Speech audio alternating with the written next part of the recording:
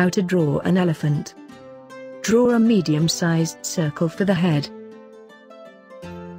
Then draw the ears as shown.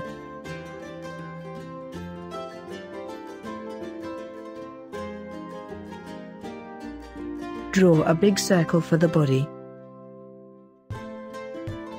Next, draw the legs.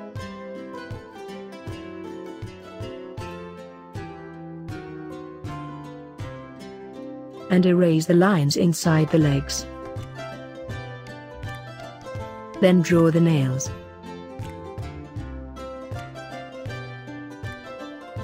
Draw the elephant's trunk. And erase the lines inside the trunk.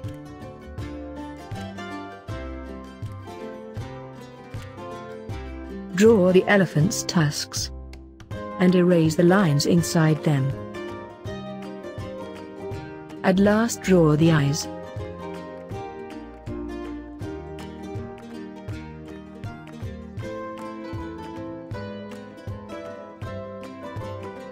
And color the elephant with crayon. Here is the finished drawing of the elephant.